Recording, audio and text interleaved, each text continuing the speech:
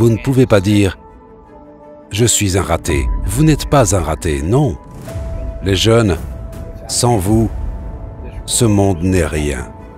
Et ne croyez pas une seule minute ce qu'ils disent dans les médias. Le message de ce vieil homme a survécu, et vous comprendrez pourquoi je dis ça en fin de vidéo. Et personnellement, si je pouvais adopter un grand-père, c'est clairement lui que j'adopterais. Et ça me rend complètement dingue de me dire mais pourquoi est-ce que je crois jamais ce genre de personne dans la rue. En tout cas, si ça arrivait, croyez-moi, je serais beaucoup moins bavard que maintenant. Je ferais qu'une seule chose. Une seule. C'est écouter. Ah non ouais, et je m'abonnerai et je cliquerai aussi sur la petite cloche. J'ai quitté l'école quand j'étais en seconde. Ma mère et mon père m'ont abandonné dans un coin de rue.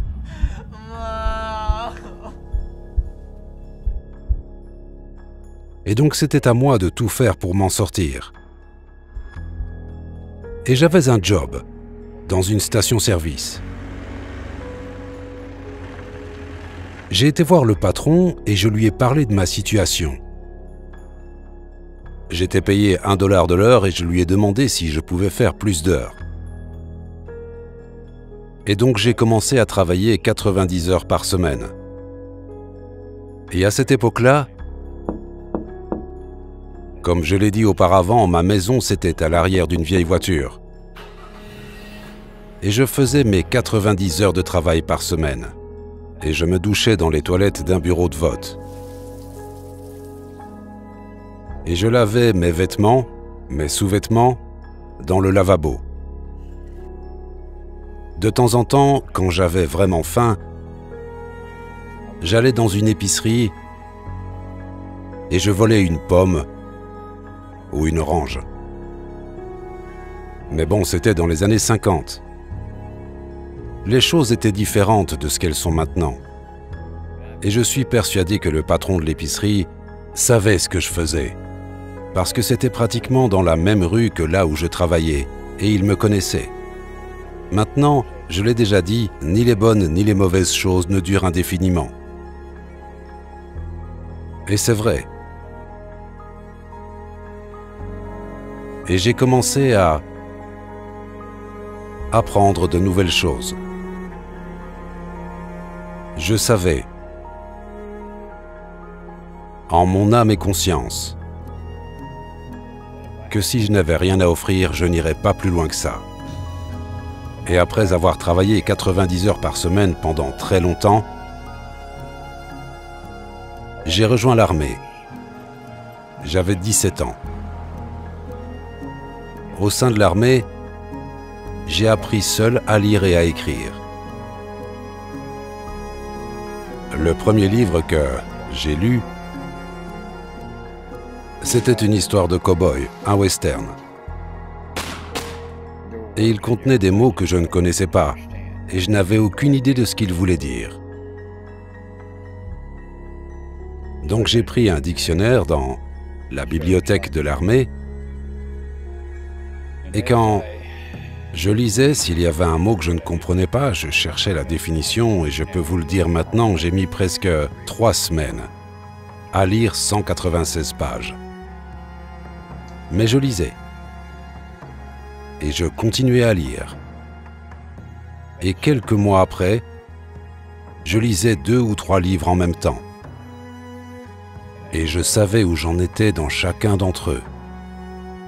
Quand je suis allé de l'avant et que j'ai quitté le service militaire, j'avais commencé à écrire.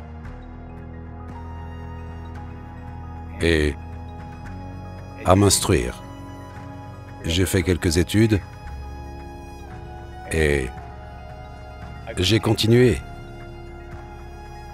à vivre comme ça. Et vous pouvez faire la même chose. Vous ne devez pas faire des études supérieures, avoir un doctorat ou un master. Tout ce que vous devez avoir, c'est de la détermination. Vous devez avoir la volonté intérieure d'aller au bout des choses. Vous devez avoir le désir. Et je sais que le désir est là. Imaginez avoir votre enfant, l'amour de votre vie, votre animal de compagnie, quelqu'un que vous aimez profondément, être coincé dans un incendie. Est-ce que c'est difficile pour vous de vous motiver à foncer dans la maison en feu pour sauver cette personne? Je pense pas. Ce n'est pas une question de motivation, c'est une question d'instinct. Et c'est pareil pour la détermination. Vous n'avez pas besoin d'être fondamentalement quelqu'un de déterminé dans tout ce que vous faites pour d'un coup devenir déterminé suivant le contexte. Du coup, si on y réfléchit un peu, qu'est-ce qui vous donne la détermination? Qu'est-ce qui vous donne le courage? Qu'est-ce qui vous donne la motivation de faire peu importe ce que vous voulez faire? En réalité, c'est qu'une chose. L'amour. Maintenant, aimer son enfant, aimer son animal de compagnie, je trouve que c'est plutôt facile. Mais comment vous faites pour vous forcer, entre guillemets, à aimer un domaine que vous avez besoin d'aimer pour pouvoir avancer dans votre vie? Donc déjà, il n'y a pas besoin de se forcer, l'idée c'est juste d'utiliser quelques stratégies simples. Qu'est-ce qui vous fait tomber amoureux d'une personne? Ou qu'est-ce que vous faites quand vous êtes amoureux d'une personne? Vous lui donnez votre temps et votre attention. Pour moi, c'est les deux éléments clés. Donner plus de temps et plus d'attention à ce qui compte pour vous est la meilleure façon que ça continue à compter pour vous. Sans votre cerveau, sans votre ambition, sans votre impulsion, ce monde ne sera rien. Rien, parce que les vieilles personnes comme moi meurent. J'ai réussi dans la vie. Pas prodigieusement, mais j'ai une retraite décente. Je vis avec ma charmante épouse dans l'Arizona. J'ai eu des difficultés financières, tout le monde en a. Mais vous ne pouvez pas vous arrêter. Vous ne pouvez pas abandonner. Vous ne pouvez pas dire « Je suis un raté ». Vous n'êtes pas un raté, non. Vous êtes des jeunes gens merveilleux, forts et intelligents. Tirez-en profit. Ayez confiance en Dieu, ayez confiance en vous. Et avancez. Mettez un pied devant l'autre. Je vais vous donner un exemple. J'ai créé quelques entreprises. Les affaires n'étaient pas extrêmement florissantes, mais elles étaient florissantes. J'ai écrit des livres. À présent, j'ai probablement publié 14 ou 15 livres. Donc vous pouvez le faire, je l'ai fait. Vous pouvez le faire. J'ai 76 ans.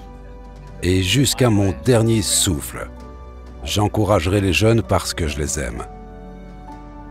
J'encouragerai les jeunes parce que je sais qu'ils sont l'avenir. En dépit de ce qui se passe dans le monde aujourd'hui, vous avez des opportunités. Et ne croyez pas une seule minute ce qu'ils disent dans les médias. Parce que si vous n'arrivez pas à avancer et que vous avez besoin d'avancer, soyez prêts à apprendre. Allez à la bibliothèque et apprenez. Vous êtes le pilier de ce monde. Les jeunes, sans vous, ce monde n'est rien.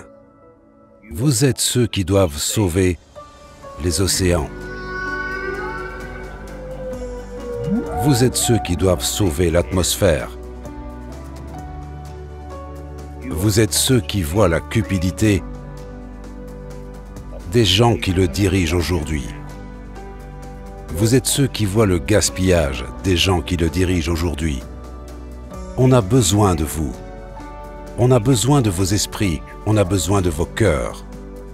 On a besoin de vos vies. On a besoin de votre amour. On a besoin que vous vous préoccupiez de tout ça et je sais que vous vous en préoccupez. Parce que ceux qui sont au pouvoir, le but ultime, malheureusement pour beaucoup de gens au pouvoir à travers le monde, c'est la richesse et le pouvoir sur les autres. Donc je vais conclure maintenant, mais je voulais juste que vous sachiez que les gens comme moi, les vieux soldats, les personnes âgées, nous comprenons. Et aussi âgé que je sois, je prendrai ma canne et je vous défendrai jusqu'à mon dernier souffle, parce que je vous aime. Donc je vais m'arrêter là, mais souvenez-vous, n'abandonnez jamais, n'abandonnez jamais.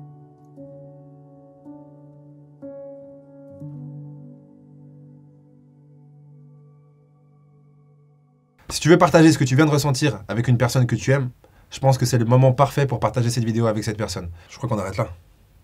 Au prochain épisode.